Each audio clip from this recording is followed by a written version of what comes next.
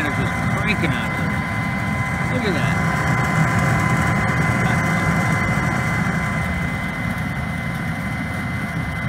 That's a pretty good fire right there, boys.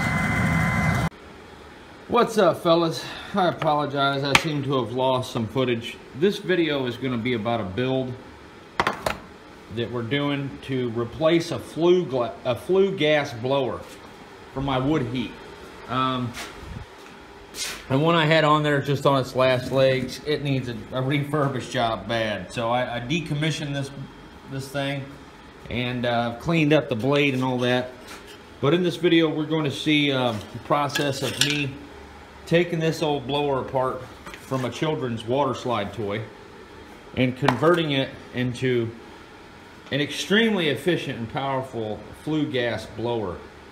Very impressed with the way this build came out. I think you guys might enjoy some of it. Try not to bore you too much and cut out a lot of the fluff, but for the most part, unfortunately, I lost the first little bit of footage that shows where we were headed in the beginning.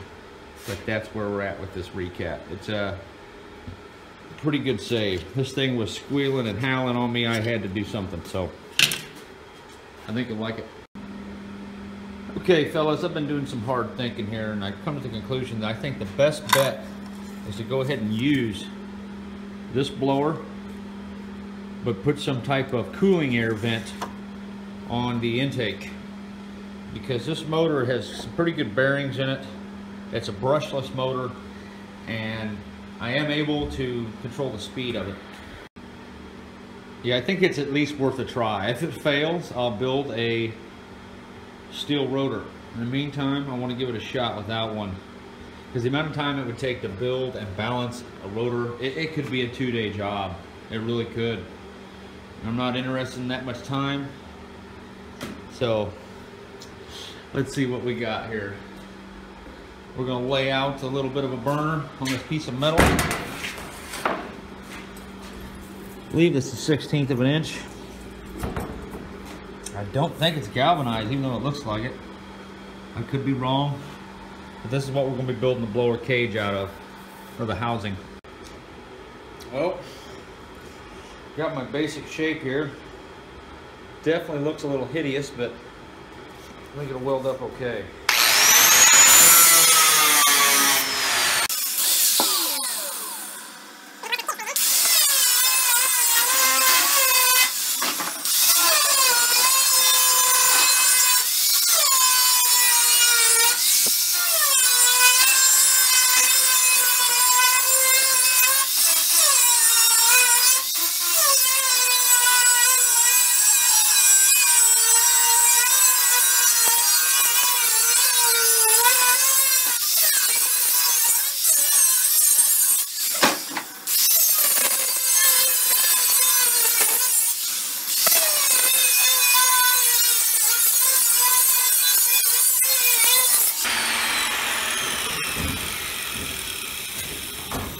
Sharp. Okay. I'll grind the edges off of that so I can trace it without cutting my marker in half.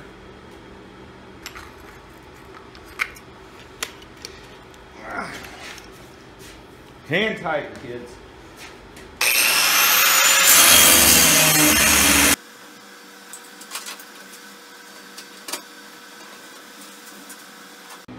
Alright, fellas, I'm going to attempt to get the outer shroud welded together at least here.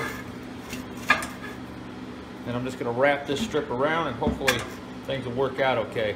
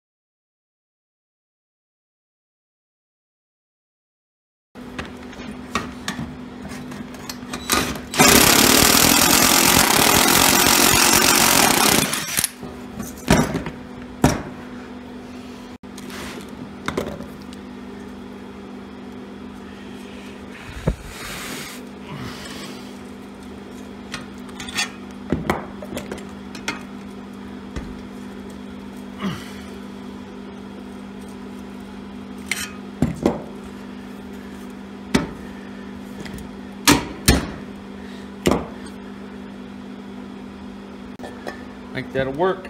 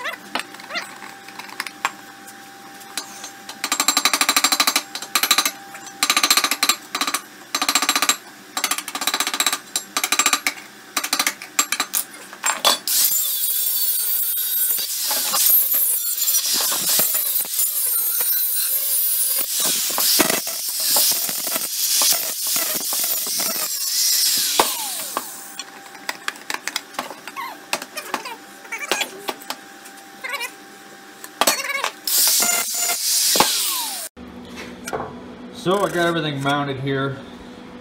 It's looking good. It's a little closer than I want it to be. I probably should have did something a little lower, but I think I'm just gonna go with it. Nothing's hitting. The clearance is very small right there. Probably gonna be a dumb idea to go ahead and leave it at that height, but like I said, I don't want this to take all day. I'm not going to get all picky on something that may just explode. Okay, fellas, for a quick connect system, what we're going to do is we're going to take these screws and we're going to screw them through the top plate. Let me put that there.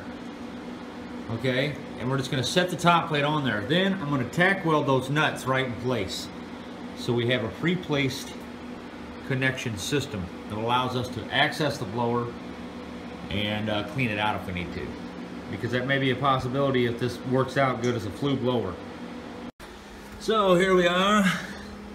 As you can see, I just kind of let those screws dangle there, and then I just welded them in place rather than going through the trouble of doing all kinds of crazy alignment and stuff like that. So those nuts are welded on there, and I'm hoping that'll hold that faceplate on there good enough. This thing screams some air. I mean, I'm impressed with the output of this thing. It's incredible. I really wish it had a metal blade, but it doesn't, so no biggie. We're gonna manage that by adding these 3 lengths of pipe to the exhaust system, and that should cool the exhaust down plenty enough. I'm almost positive that we'd only be up to about 100 degrees if I did that, so this should be an okay flue blower. I'm kind of curious as if the plastic will somehow behave differently as far as adhesion's concerned, because I've noticed that tars and buildup and stuff like that doesn't behave the same on certain substances. If you get plastic wet, sometimes resins won't build up on it. I know that for all the wrong reasons, but that's where we are. As soon as this paint dries up a little bit, I'll fire this thing up. I just didn't want my welds to rust, so I gave a little bit of a once over with some high temp paint to protect the welds from rusting. Everything else is galvanized, so we should be good. This thing's coming out pretty impressive. Not too bad. So fellas, this is what we got. This is where we're at. It's dark outside. It sure enough has taken me all day messing around. I had some other stuff I had to do. I had to run into town and all that too, but for the most part, it took me from the time I finally got going in the morning till sundown. Looks okay. I think it's gonna hold up. I'm going to have 3 pieces of pipe this long connected to the existing outside connection. That should be enough to cool down the flue gas. Typically by the time the flue gas gets to this area, I've never seen it over 300 degrees, which is just far too hot, of course, for the plastic impeller. However, right outside there, the setup that I have, you can touch most of it with your hand, the steel pipes, so I'm assuming it doesn't take much for that gas to cool off once it gets outside. So for the most part, this could be kind of interesting to see how that plastic's going to hold out. I really wish I knew what kind of plastic that was. I want to say Delaron or whatever it's called. I have a hunch. I'm going to look into that right now and try and find out what that plastic is made out of. It's the same type of plastic that the impellers on a leaf blower are made out of. That really durable stuff. And I don't know what the melting point is. So I'm going to try, if it gets anywhere near 200 degrees, you know we're walking a thin line. If this tank gets that hot, I'm going to fire this thing up though, just so you can kind of hear what it can do. I'll try and hold something in front of it. This thing really roars some air. It has a tremendous output. I am quite surprised with the amount of air this thing can pull. I don't want to put too much of a vacuum on it, of course, because I have no ribs, and the slightest bit of vacuum can do quite a bit of damage with something like this. Ooh, that weld don't look very good right there, does it? What's that doing? Oh, hopefully I got it on the bottom side. It was just a quick get her done, and I can still take it apart right there. I did my best not to take all day at this, and yet there's not much of the day left. So let's fire it up and look at it. Okay, and this does indeed look like just a regular squirrel cage motor. I don't know, it could be some kind of strange split phase induction motor or something like that. I'm not for sure, or compound wound. But for whatever reason, in the past, I've never been able to run these kind of motors on a triac, but this one will do it. Doesn't sound too good at low speeds, but once it gets going here,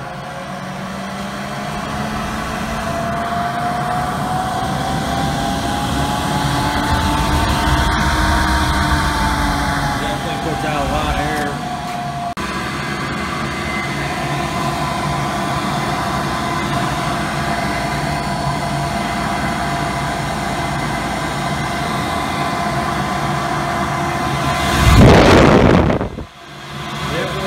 Serious power to it.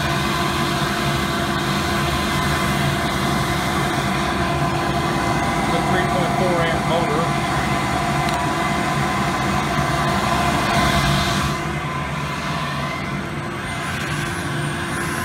Definitely putting out quite a vacuum. I can feel it. I don't want to cage this thing in. I got to be careful of that. Yeah, I think that's got a pretty good fire.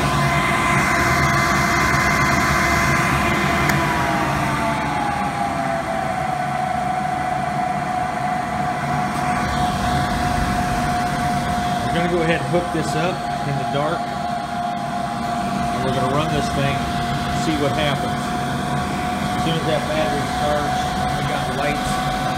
We're going outside where it's like 3 below wind chill right now.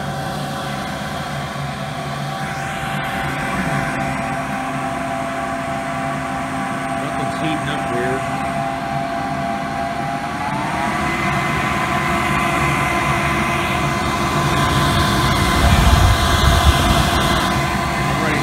Smoke flying out of that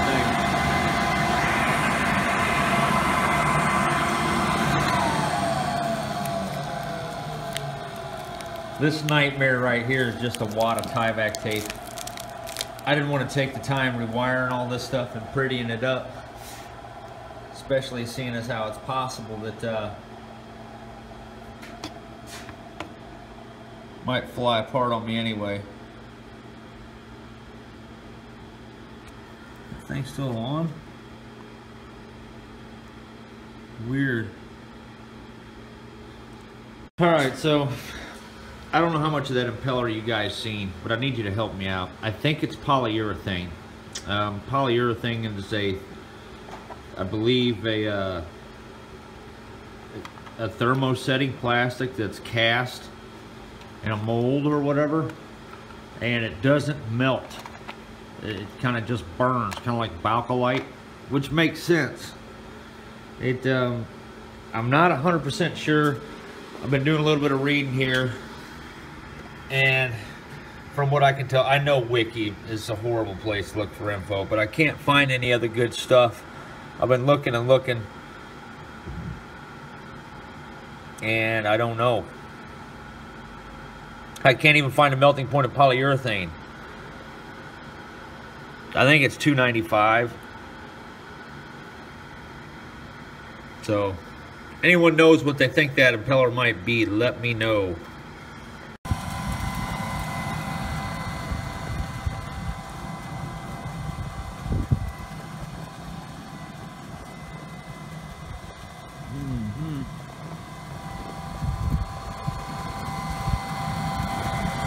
So far, so good.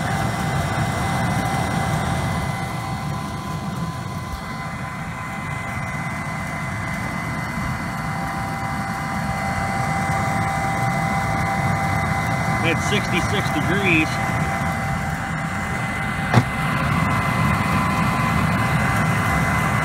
The air's kind of cold in the cup.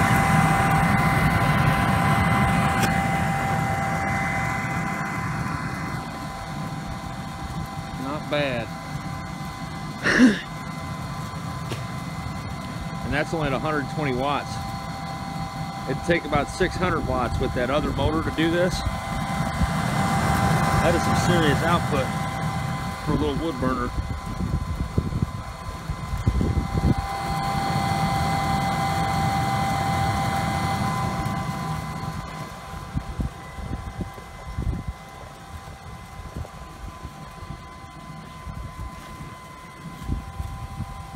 Gonna have to get that catalytic converter Mescal was talking about.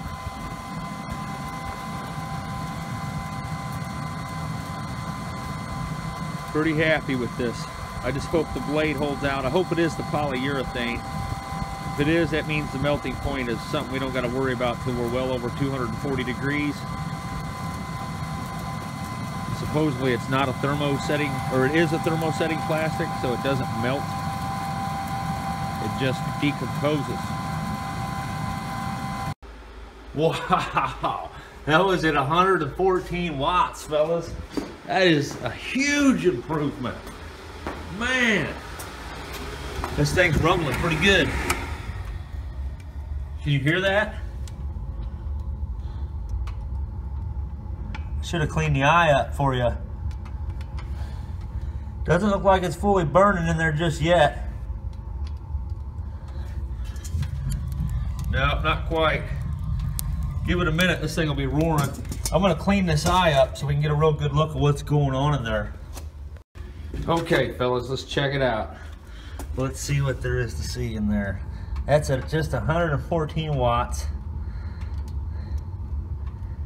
Now, as I said, this isn't yet burning. You wait till this thing gets going. I can tell by the way it sounds and by the way that flame looks that it's gonna really take off here as soon as the top of them boards catch fire.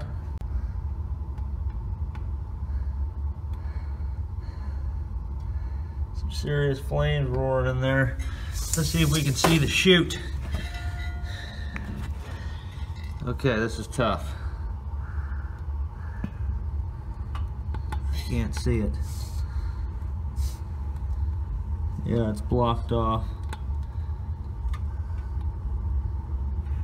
There it goes, the top's lighting.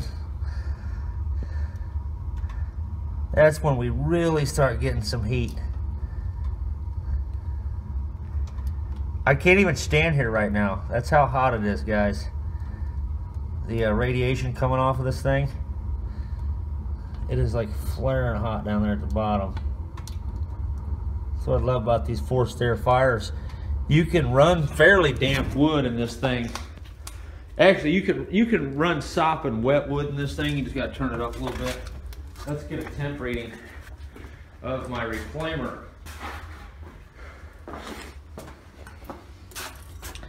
It's heating up pretty good. You start feeling heat off of these things right around the 400 degree area.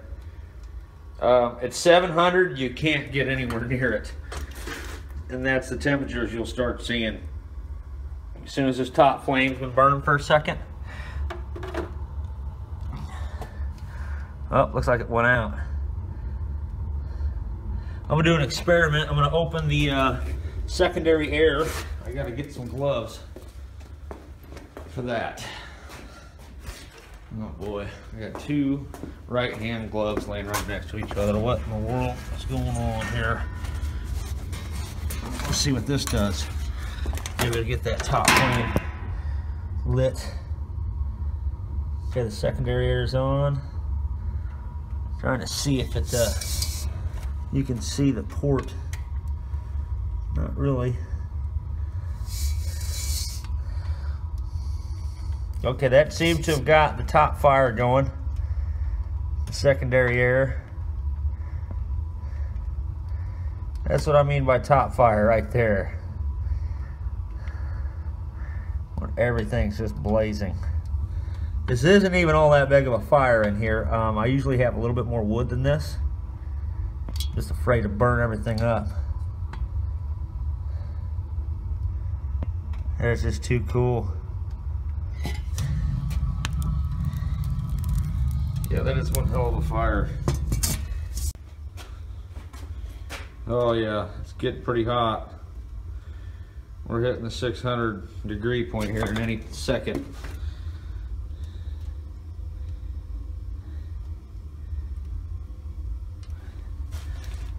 Okay, we're definitely in the 700 degree area there. I'm gonna turn this fan back on.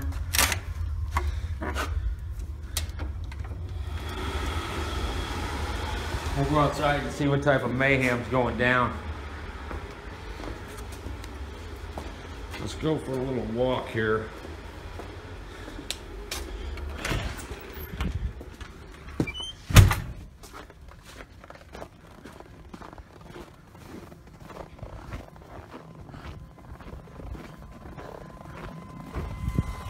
Wow. There is some stuff going on out here.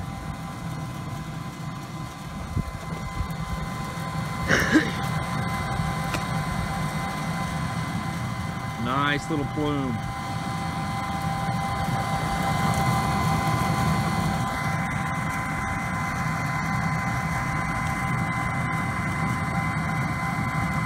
That's what I want to see.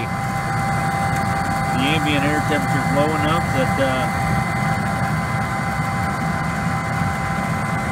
don't think this impeller is going to be in any severe danger. Man, it's just cranking out of there. Look at that.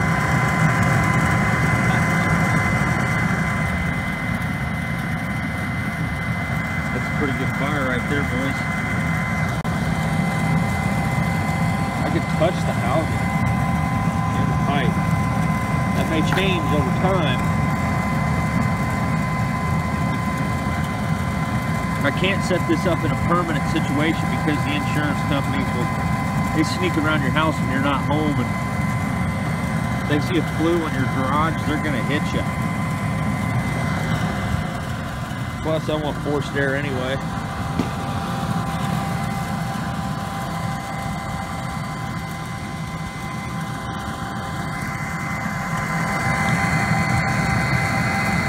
Motor seems just fine.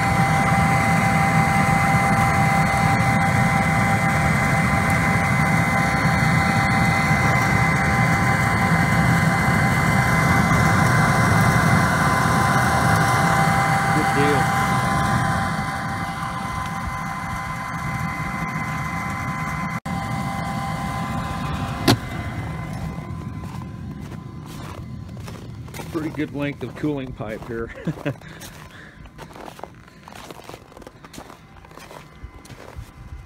And there you have it. This poor thing's seen better days.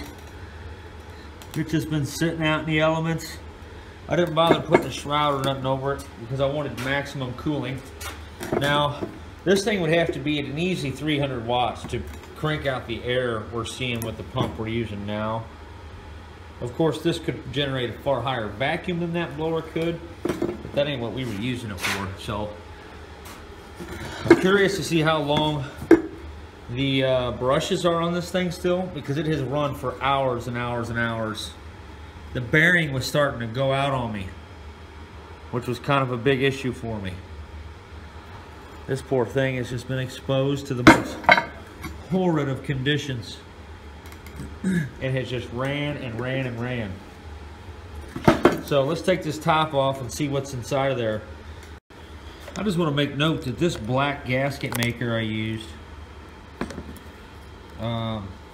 it may have been some Red Devil high temp silicone. It stood up to these temperatures just fine. It's not affected at all. Very impressed with that. I'm pretty sure it was the Red Devil 500 degree silicone. I use this stuff to fix exhaust leaks.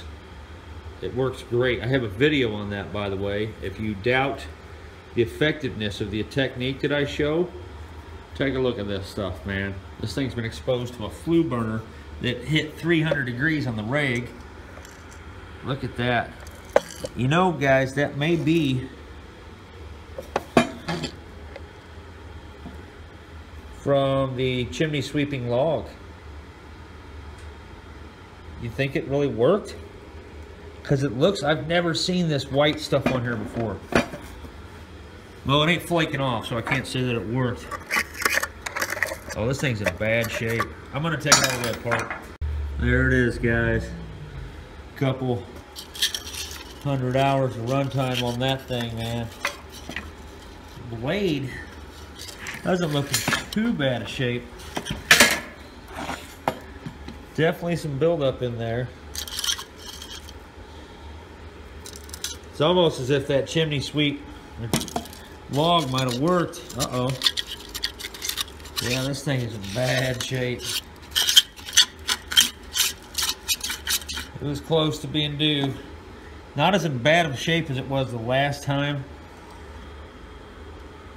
that I cleaned it. It's different this time. A lot more, here, look at that. A little bit of crud in there. Starting to wonder how this got in that condition. Was it the chimney sweeping log? Because last time it was black as tar. It was very hard to clean out. This is different. Look at all that stuff. Sorry. Man, there was a lot in there. She was definitely getting down to the point where it needed a change.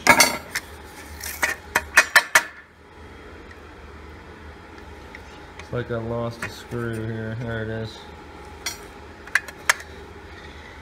You would not believe how many hours of use I've gotten out of this little blower. And before that, it was in an old vacuum cleaner that had been used for probably several years before that. So this thing's been a trooper. Very interested to take a look at one of these brushes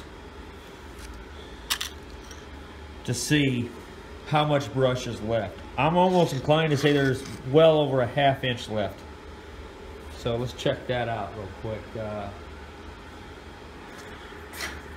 don't know if I can do this with you watching. I'm gonna pull Michael's electronic stuff. That guy has a channel on taking stuff apart and he uses a screwdriver for everything. It's kind of funny. There is a very refreshing feeling about removing screws with a screwdriver though that I kind of understand. Maybe that's what it's all about for him. So I'm having some trouble here getting this one to show. Oh yeah, that's still huge. Huge. And I can't get a good look at this one. The whole thing needs cleaned. I'm gonna just take the other one out so you can see. Well, it might be the same situation there.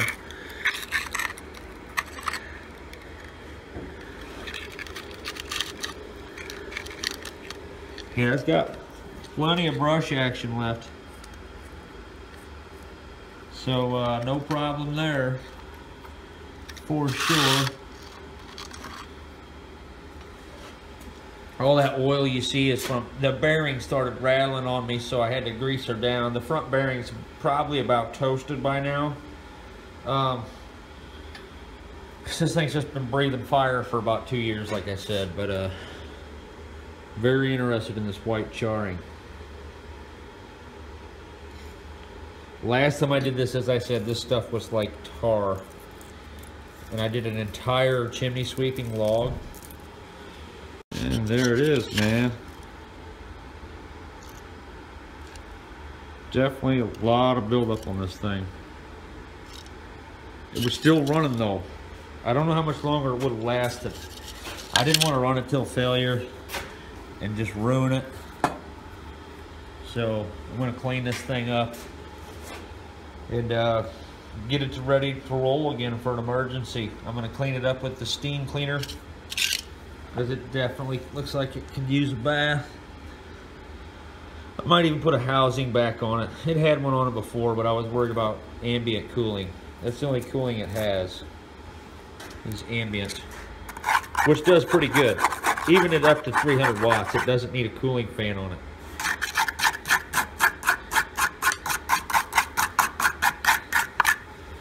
Definitely not as bad as last time at all, and it ran even longer.